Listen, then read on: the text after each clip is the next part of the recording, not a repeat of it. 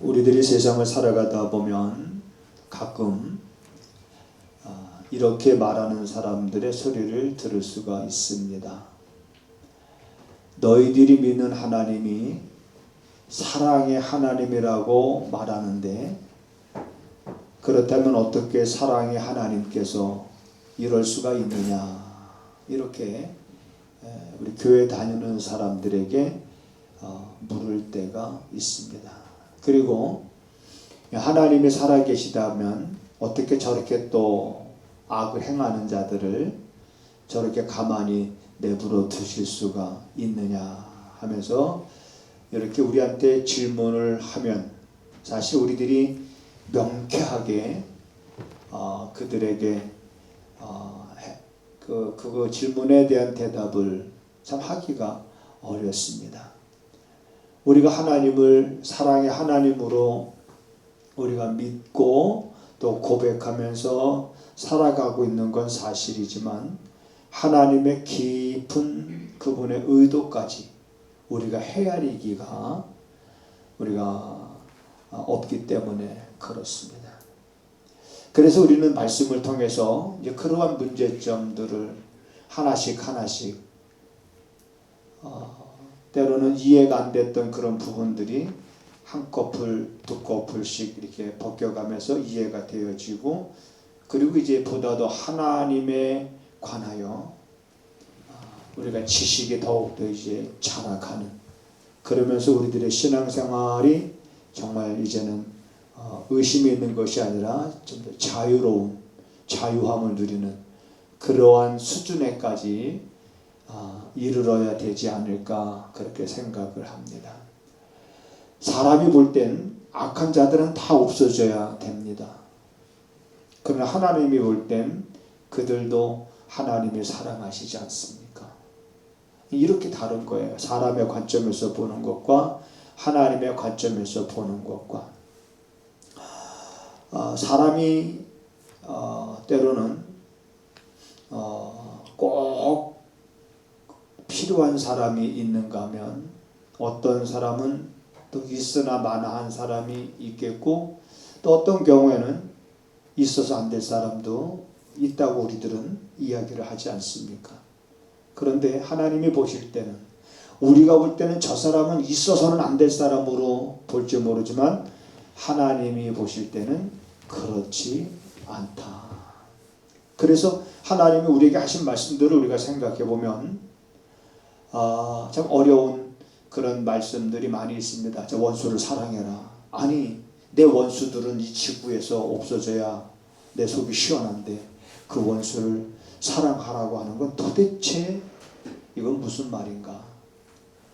나를 핍박하는 자를 위하여 오히려 복을 빌어줘라, 기도해줘라. 아니, 나를 핍박하는 사람들은 정말 꼴도 나는 보기 싫은데 그들을 위해서 하나님이 이렇게 축복, 그것도 그냥 기도해주라는 것이 아니라 축복 기도해주라 라고 하는 이런 것들이 도무지 우리 이해가 되지 않습니다. 그래서 여러분, 신앙생활을 우리가 어떤 차원에서 신앙생활 하느냐라고 하는 것 굉장히 중요합니다. 우리가 볼 땐 정말 필요 없는 사람들인데, 여러분, 내가 볼 때 필요 없는 사람으로, 그래서 이거 확실히 저 사람은 정말 필요 없는 사람이야, 있어도 유익이 안 돼 라고 하면서 우리가 그런 사람을 우리가 그렇게 대하고 내가 그렇게 판단하고 그런 확신을 갖고 살아가는 것이 중요한가? 아니면 하나님께서 그도 사랑하신다라고 하는 것을, 그 말씀을 따라서 원수를 사랑하라고 하는 그 말씀대로 우리가 살아가는 것이 중요한가? 근데 원수를 사랑하라고 하는 그 말씀대로 살려고 하니까 내 감정이 허락지 않는 거야. 내 감정이, 내 안에 있는 그 분노가 조절이 안 돼요. 여러분, 이럴 때는 어떻게 하시겠습니까? 내 감정의 조절이 여러분 참 하기가 어렵지만, 그러나 이걸 아셔야 됩니다. 우리의 감정은 조절이 될 수 있는 겁니다. 근데 내가 안 하고 싶은 거지. 그냥 내 감정대로 그냥 난 하고 싶은 거지. 그걸 조절하고자 하는 그런 마음이 없는 거예요. 그런 마음이 어떻게 생기느냐? 하나님의 말씀을 통해서 그분의 뜻을 깨닫고 그분의 의도를 알아가면서 내 마음에 이제 그런 마음들이 좀 생기기 시작하기 되는 겁니다. 그러니까 이제 하나님 입장에서는 자, 상한 갈 때도 꺾지 아니하시고 꺼져가는 등불도 끄지 아니하시니까 하나님의 말씀대로 행하지 아니하는 그러한 이들에게 하나님이 때로는 그것을 깨닫게 할 수 있는 유일한 방법이 인간이 고난을 당하는 겁니다. 어려움과 시험과 그걸 우리가 묶어서 징계다 이렇게 표현을 하는 거예요. 그래서 우리가 계속해서 이제 히브리서 12장을 통해서 오늘까지 이 징계에 대한 말씀을 우리가 나누고 있는데, 일단 목적, 징계의 목적을 말씀을 드린다면, 여러분 오늘 우리가 11절에서 찾아볼 수 있습니다. 무릇 징계가 당시에는 즐거워 보이지 않고 슬퍼 보이나. 그렇죠. 징계를 당할 때 그 징계 자체가 기쁠 수가 없습니다. 그 징계 자체가 즐거울 수가 없는 거예요. 징계를 받을 때는 아픔이 있고 고난이 있고 슬픔이 있습니다. 그래서 우리는 징계를 받을 때 징계를 받고 있는 그 현재를 생각하지 말고 그 후를 볼 줄 아는 그 믿음의 안목을 우리가 가졌으면 참 좋겠다. 그래서 슬퍼 보이나 후에 그랬습니다. 그 뒤죠. 징계를 당한 그 후에는 그로 말미암아 연달한 자에게는 의의 평강한 열매를 맺나니. 다시 말하면 이건 우리가 반드시 여러분 맺어야 될 열매입니다. 의의 평강의 열매. 이 열매는 징계를 인내로서 참는 자에게 주어지는 열매입니다. 징계를 통해서 내가 다듬어지고 내가 깨닫고 보지 못했던 걸 새롭게 보게 되어지면서 새로운 소망을 갖게 되어지면서 우리 안에 끊임없이 흘러넘치는 평강. 이 평강이 끊임없이 샘물처럼 우리 안에서 솟아나고 우리가 살아가는 동안 여러분 이러한 평강을 여러분들이 잃어버리지 않게 되기를 주님의 이름으로 축복을 드립니다. 우리가 그러한 징계 없이도 신앙생활을 정말 잘 할 수 있는 자가 되기를 원해요. 나나 여러분이나 우리는 하나님, 우리는 그러한 징계가 없어도 얼마든지 하나님의 뜻대로 우리는 살아갈 수 있습니다. 이제 그런 징계는 나는 원치 않습니다 할 정도로 정말 그러한 징계가 없이 여러분 우리들이 말씀에 굳게 서서 살아간다면 더할 나위가 없겠지요. 그런데 이제 저도 이제 8년 정도 목회를 남겨두고 그동안 지나왔던 세월들을 돌아보면 사실 많은 고난이 있었어요. 아픔이 있었습니다. 그런데 그런 고난과 아픔을 통해서 놀라운 건 뭐냐면 사람이 성숙해진다는 거예요. 네. 고난을 통해서 오히려 철이 든다는 거예요. 제가 처음에 목회를 이제 개척을 해서 그리고 10년이거든요. 개척을 하고 10년이 지난 뒤에 이제 그 지나온 10년을 돌아봤어요. 내가 목회를 어떻게 해왔나. 돌아보니까 야생마와 같았던 내 모습을 볼 수 있었습니다. 여러분 괜히 야생마 하면 멋있게 생각합니까? 예? 야생마, 진짜 아니요. 야생마라고 제가 느꼈던 건 뭐냐면 전혀 길들여지지 않은 말이에요. 자기 멋대로 뛰는 말. 여러분 우리가 서부 영화 같은 것을 보게 될 때 이 야생마를 울 안에 이제 이렇게 풀어놓고요. 그 다음에 그 조련사들이 야생마를 길들이잖아요. 근데 섣불리 그 야생마를 이렇게 다가가지 못하죠. 그런데 아주 노련한 조련사들은 그 야생마를 길들입니다. 그러니까 제가 처음에 개척을 하고 그러니까 20대 때입니다. 20대 때니까 지금 제가 27살 때입니다. 27살에서 37살이죠. 10년 지나고 나서. 그러니까 그 10년은 야생마와 같았던 그런 시절이었다. 목회를 했다기보다는 야생마와 전혀 길들여지지 않은 그런 나였었구나. 하나님이 10년 동안 나를 울 안에 가두시고 나를 길들이셨구나. 이제 그걸 깨닫게 된 거예요. 그러니까 10년 동안 하나님이 나를 길들이셨는데 그러면서 10년을 뒤돌아봤을 때 세 가지를 깨달았습니다. 그때 세 가지를 깨달은 것이 뭐였냐면 그래 세상 것을 얻기 위해서 살지 말자.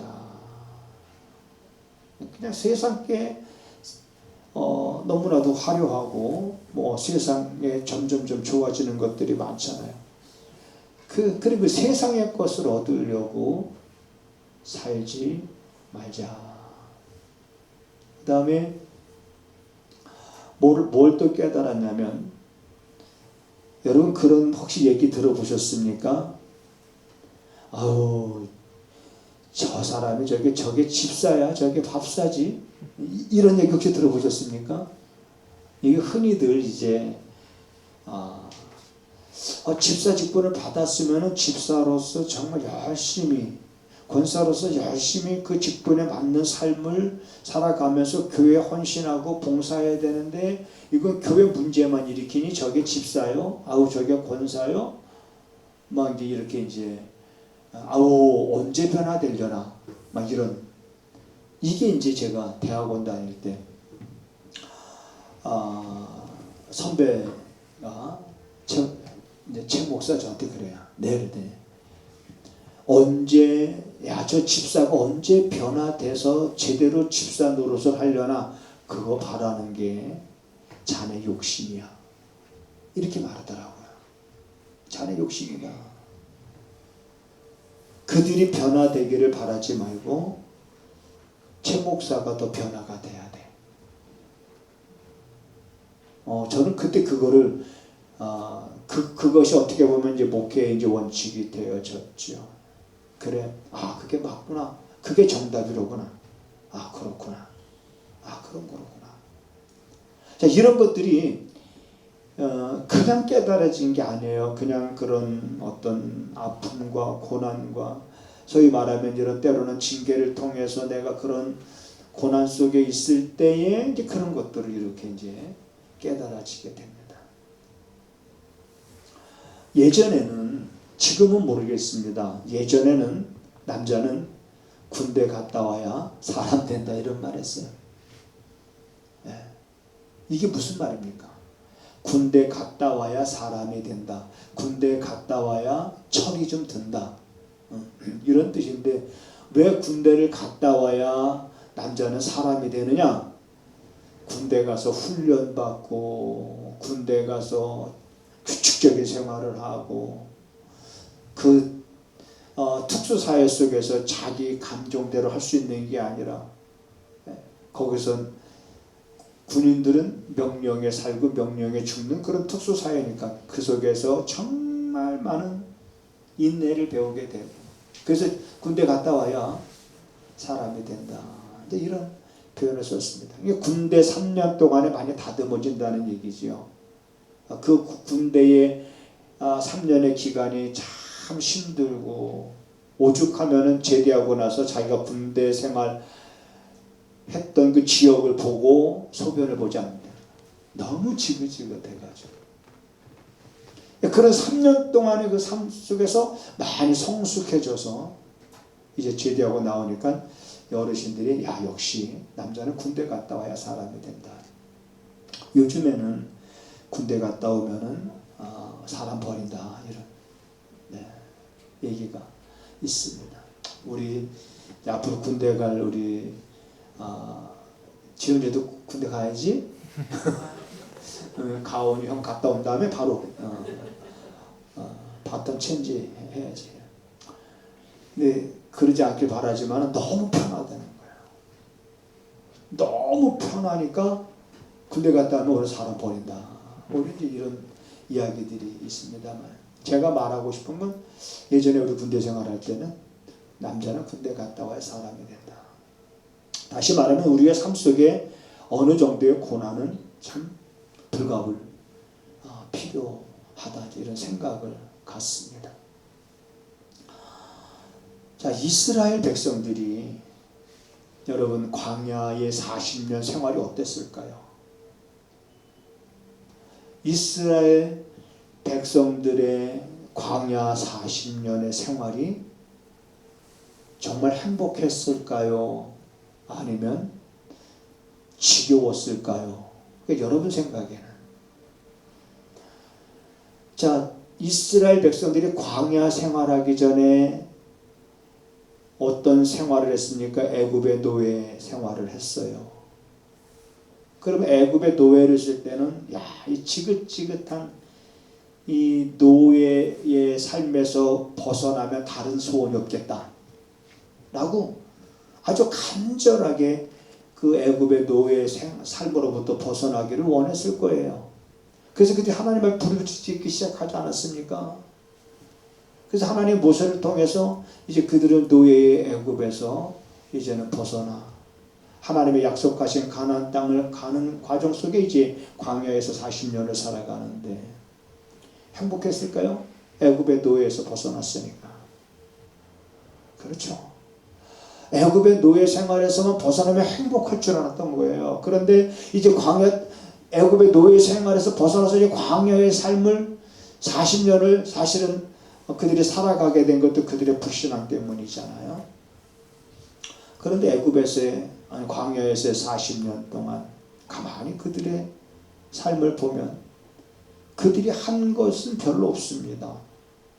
먹는 것조차도 다 하나님이 먹이셨어요. 먹이시고 입히시고. 광야에서 그들이 한 건 별로 없습니다. 광야에서 생활은 어떻게 보면 사람이 살 수 없는 곳이 광야이긴 하지만 위험한 땅, 뱀이 있고 전갈이 있고 밤에는 춥고 낮에는 뜨거운 그런 광야에서 사람이 살아갈 수 없는 상황이지만 하나님께서 낮에는 구름 기둥으로 밤에는 불 기둥으로 그들을 지키시면서 그들이 광야 생활을 하잖아요. 그런데 부족함이 없었어요. 그럼에도 불구하고 불평이 생기고 원망이 생깁니다. 그러니까 하나님이 그들에게 벌을 내리시잖아요. 불뱀을 보내서 이제 그들을 다 물어 죽게 합니다. 이제 모세가 기도하지 않습니까? 하나님 불뱀을 통해서 이 백성들이 다 광야에서 죽으면 저 이방 사람들이 뭐라고 하시겠습니까? 저 이방 사람들이 저들이 믿는 하나님이 저들을 광야에서 죽이려고 광야 여기서 이끌어내셨다 이렇게 할 거 아닙니까? 불뱀에 물려서 여러분 전 그런 생각을 해봤습니다. 광야는 전갈이고 불뱀이 있는 곳인데 하나님이 지키시고 보호하시는 동안에는 죽을 사람이 없었어요. 그런데 하나님께서 보호하시는 하나님의 보호의 손길을 걷어버리시니까 그냥 죽는 거예요. 그런 것은 오늘 우리 세상도 마찬가지입니다. 우리가 살고 있는 곳 보이진 않지만 하나님께서 여러분들을 지키시고 보호하시고 인도하고 계시고 있다는 것을 여러분 믿으시기를 바랍니다. 틀림없이 그렇습니다. 네. 하나님이 모세에게 방법을 말씀해 주셨어요. 살 수 있는 방법을. 구리뱀을 만들어서 장대 위에 달라고 그랬죠. 그래서 모세가 구리뱀을 만들어서 모세가 그때 쥐방에 달고 뱀에 물려 죽어가고 있는 사람들에게 이 장대 위에 달린 노뱀을 봐라. 보라고 했을 때 본 사람들은 살았어요. 보라고 했을 때 안 본 사람들은 또 뭐요? 왜 그걸 또 안 봐? 왜 안 봤을까? 그러니까 사람은 정말 어떤 때는 어리석고 미련하기 짝이 없습니다. 어느 정도 고난이 왔으면 깨달아야 되는데 그러지 못하잖아요. 광야에서 그런 일들만 있었던 것이 아니에요. 또 어떤 징계도 있었습니까? 네 지파 가운데 단이 모세를 쉬게 하고 죽던 겁니다. 왜 너만 대장 노릇하냐는 거죠. 한마디로 모세를 대적합니다. 오늘 하나님이 이제 그들이 광야에서 텐트를 치고 그 주변에 각 지파가 이제 진을 치고 그들이 살았을 때 그 단 지파가 머물러 있는 그것만 땅 지진이 일어나 땅이 갈라져 그 단 지파는 그 땅 속으로 전부 몰살된 겁니다. 이렇게 하나님이 징계를 통해서 심판하시면 이제 그걸 보면 또 사람들이 깨달아야 되잖아요. 자, 이 광야의 생활도 이랬어요. 그래서 이제 이런 광야의 생활을 이제는 마무리, 이제는 끝나갈 시점에 이제는 하나님께서 약속하신 가나안 땅이 눈에 보여요. 이제는 그 가나안 땅에 이제 막 들어갈 아주 그런 시점에 모세가 이제 그 백성들에게 설교를 하는데 그 설교 세 편을 하게 되는데 그 세 편을 모아놓은 게 뭐냐면 신명기서 말씀이에요.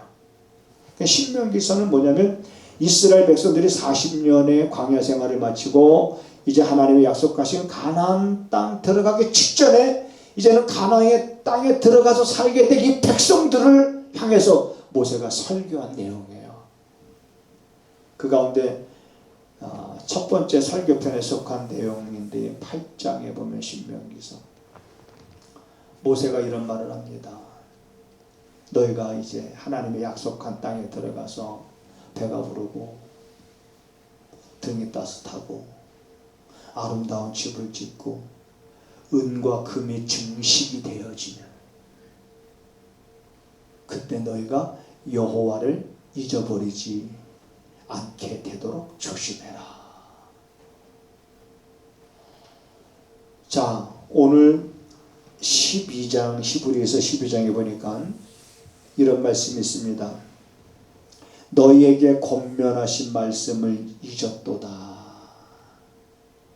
자, 말씀을 통해서 자꾸 우리 성도들 이 시대에 어떻게 살아갈 것인가, 우리는 어떻게 살아가야 될 것인가에 대해서 이미 성경은 우리에게 방향을 제시하고 있습니다. 그런 말씀, 하나님께서 너희들에게 권면하고 하나님께서 너희에게 권고하고 때로는 너희에게 훈계한 이러한 말씀들을 잊어버리고, 그리고 이제 여러분 자기 마음대로 인간의 정욕과 인간의 욕망을 쫓아서 여러분 살아가게 될 때, 그때 여기 보게 되면 너희에게 권면하신 말씀을 잊었도다. 일러스되 내 아들아 주의 징계하심을 경여기지 말라. 그때 하나님께서 징계하시는 거죠. 그때 그 징계를 경히 여기지 마라. 가볍게 생각하지 마라. 아무것도 아닌 것처럼 생각하지 말라라고 하는 거예요. 왜? 우리 사람은 그럴 가능성이 있기 때문에 그런 거예요. 쉽게 잊어버리고 그 절박했던 그 순간에 하나님께로 향했던 그 마음이 온데간데 없어져 버리고 다시 또 육체의 정욕과 인간의 욕망에 사로잡혀서 세상의 즐거움과 자랑과 명예를 어느 순간에 또 쫓고 있는 그러한 모습들. 우리가 여러분 자녀들에게 매를 댈 때가 있죠. 혹시 우리 여기 자녀들 가운데 최근에 엄마 아빠한테 맞은 적이 있다 하는 사람 손 한번 들어봐. 그는 지금 지훈이하고 지율이만 쳐다보는데 우리는 이쪽에 앉은 사람은 이제 엄마 아빠한테 맞을 사람이 없는 거죠. 혹시 모르겠다. 우리 가온이가 한번 엄마 아빠한테 이제 맞으면 순순히 맞을까? 아니면 엄마 아빠 손을 딱 잡을까? 자, 근데 엄마 아빠가 처음부터 때리지 않잖아요. 한두 번 경고를 주잖아요. 그죠? 한두 번. 저희 그렇게 컸어요. 저희 어머니가 우리가 잘못하면 몇 번 경고를 줍니다. 그러다가 어느 날 잡으면 자식들 모두 다 이제 한 번에 때릴 때 모두 다 불러놓고 때리는 거예요. 네. 한 번 맞을 때. 그러면 때리면서 이제 그걸 어떻게 다 기억하고 계신지 다 일일이 기억하면서 매를 대시는데, 여러분 육신의 부모는 우리가 잘못한 걸 기억하고 때리는데요, 하나님은 우리가 지은 죄를 기억지 아니하시는 줄 믿으시기 바랍니다. 기억지 아니하십니다. 그런데 우리 삶 속에서 어쨌든 몇 번의 경고를 하십니다. 그래도 깨닫지 못할 때 불갑을 하나님께서 우리에게 징계하실 때가 있는 거예요. 이 징계라고 표현하니까 좀 무섭지만 사실 혼내실 때가 있는 거예요. 매를 대실 때가 있는 거예요. 그러면 그때 여러분 깨닫는 자가 복이 있습니다. 그때 깨닫는 자들이 이제 그 깨달음을 통해서 성숙해지게 되는 겁니다. 어쩌면 우리는 정말 연약하고 아무것도 아닌 존재일 수도 있지만, 그러나 하나님이 우리를 귀하고 값지게 여기시는데 천하와도 여러분을 바꾸지 않습니다. 한 영혼을 하나님은 천하보다도 귀하게 여기시는데 얼마나 값진 겁니까? 마치 석공이, 여러분 저런 바위 돌덩이를 보면 우리는 저런 왜 바위 커다란 돌덩이가 왜 저 한가운데 있지? 그러면서 그냥 오히려 불편해할 수도 있겠지만은 석공이 바위를 바라볼 때는 작품으로 바라봅니다. 그러면서 거기에 석공의 손길이 이제 가기 시작하면서 훌륭한 작품이 만들어질 수 있는 거 아니에요. 산에 올라가 다니다가 여러분 우리는 썩은 나무나 이런 거 보면은 쓸데없는 걸로 봅니다. 그러나 또 그 목공이라든지 아니면 뭐 하는 분들이죠, 괴목하시는 분들이 봤을 때는 야, 저거 훌륭한 작품이 나오는 거예요. 우리가 우리를 생각할 때는 아무것도 아닌 존재일 수는 있어요. 그러나 우리에게 관심을 가지시고 우리에게 고난을 통해서 깨닫게 하시고 하는 건 하나님이 열매를 맺게 하기 위함이에요. 의의 평강의 열매를 맺게 하기 위함입니다. 그만큼 여러분들의 존재가 아무것도 아닌 것이 아니기 때문에 우리들은 내 옆에 내가 살아가면서 나와 관계를 갖고 있는 사람들을 함부로 멸시하거나 무시하거나 천대해서는 안 됩니다. 세상 사람들은 가진 것이 있느냐 없느냐에 따라서, 가진 것이 없다라고 했을 때는 사람들이 막 무시하고 멸시하고, 그러다 보니까는 가진 것이 없기 때문에 멸시를 받는 사람들은 어떻게 해서든지 내가 물질을 좀 쥐어야 되겠다라고, 이 땅에 살려면은 그래야 내가 무시당하지 않고, 그래야 내가 멸시받지 않고 내가 세상을 살아갈 수 있을 것 같아 해서 악착같이 그래 돈을 벌려고 하는데, 어제도 이제 그분들 오시면 어제도 한 2시간 앉아서 얘기하는데 제가 그랬어요. 아니 사람들이 좀 무시를 좀 하면 어떻습니까? 사람들이 무시하면 그 무시당하세요. 사람이 좀 멸시하면 멸시 그냥 당하면 되죠.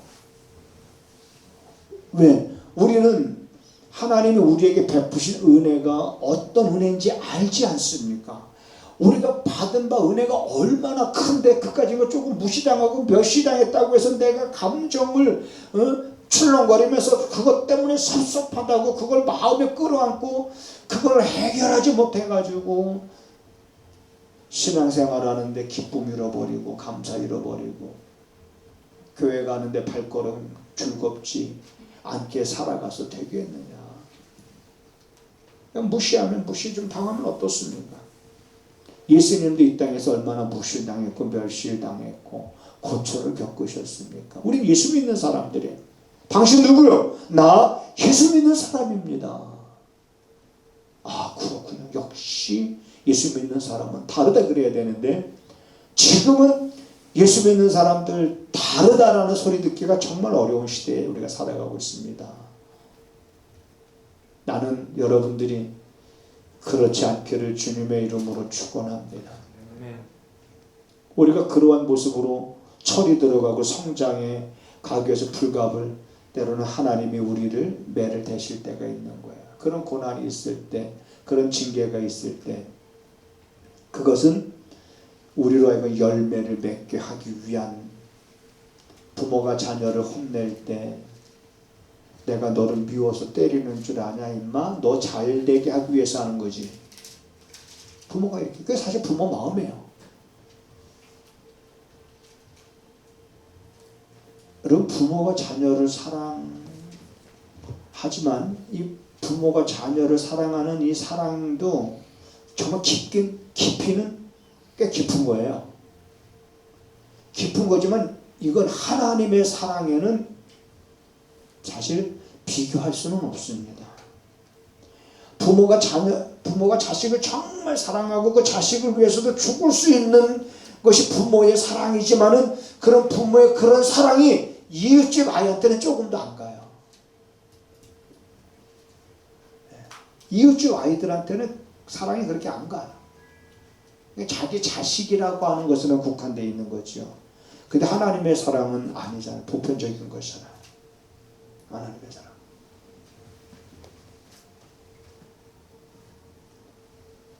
하나님은 여러분들이 잘 되기를 그분은 원하시는 분입니다. 그분이 매를 대시는 것도 여러분 잘 되라고 매를 대시는 거고, 그분이 매를 대시는 것은 깨달으라고 매를 대는 거고, 잘 성장하라고 매를 대는 것이지, 그 매 때문에 그것이 아프다고 해서 우리가 불평하고 원망하는 그러한 자리에 머물러 있어서는 안 됩니다. 우리는 마치 하얀 도화지, 우린 도화지야. 그런데 여러분, 그런 하얀 도화지 한 장이 뭐 값으로 치면 얼마나 가겠습니까? 얼마 안 가요. 그렇죠? 그런데 거기에 유명한 화가가 그림을 그리는 거다가 막 그림을 그리면 그 다음에 그게 값이 얼마가 가요? 천정부지예요. 부르는 게 값입니다. 우리는 아무것도 아닐 수 있어요. 그렇지만은 그러한 나를 하나님께서 붙잡으시면은 우리는 세상을 변화시킬 수 있는 그러한 믿음의 사람으로 하나님께 쓰임 받을 수 있는 존재라는 거예요. 그렇기 때문에 여러분, 우리에게 삶의 시련과 아픔과 고난이 있습니까? 지금 내가 살아가는데 무엇으로 인해서 내가 아픈지 모르지만 어떤 그런 아픔과 그런 고통이 있다 그러면, 뭔가 풀리지 않는 것들이 있다 그러면, 그건 하나님이 우리에게 그저 사인을 보내는 거예요. 사인을 보내는 거예요. 신호를 보내는 거예요. 뭔가 아직 내가 깨닫지 못한 것이 있는가? 내가 혹시 듣지 못한 게 있는가? 내가 혹시 보지 못했던 것이 있는가? 그때 그래서 그걸 보게 되고, 그래서 그때 듣게 되고, 그로 인해서 우리들의 발걸음 한 걸음 한 걸음들이 흐트러짐 없이 하나님께서 기뻐하시는 길로 지금 이 혼탁한 삶 속에서도 우리가 걸어갈 수 있는, 여러분, 그런 삶 되시기를 주님의 이름으로 부탁을 드립니다.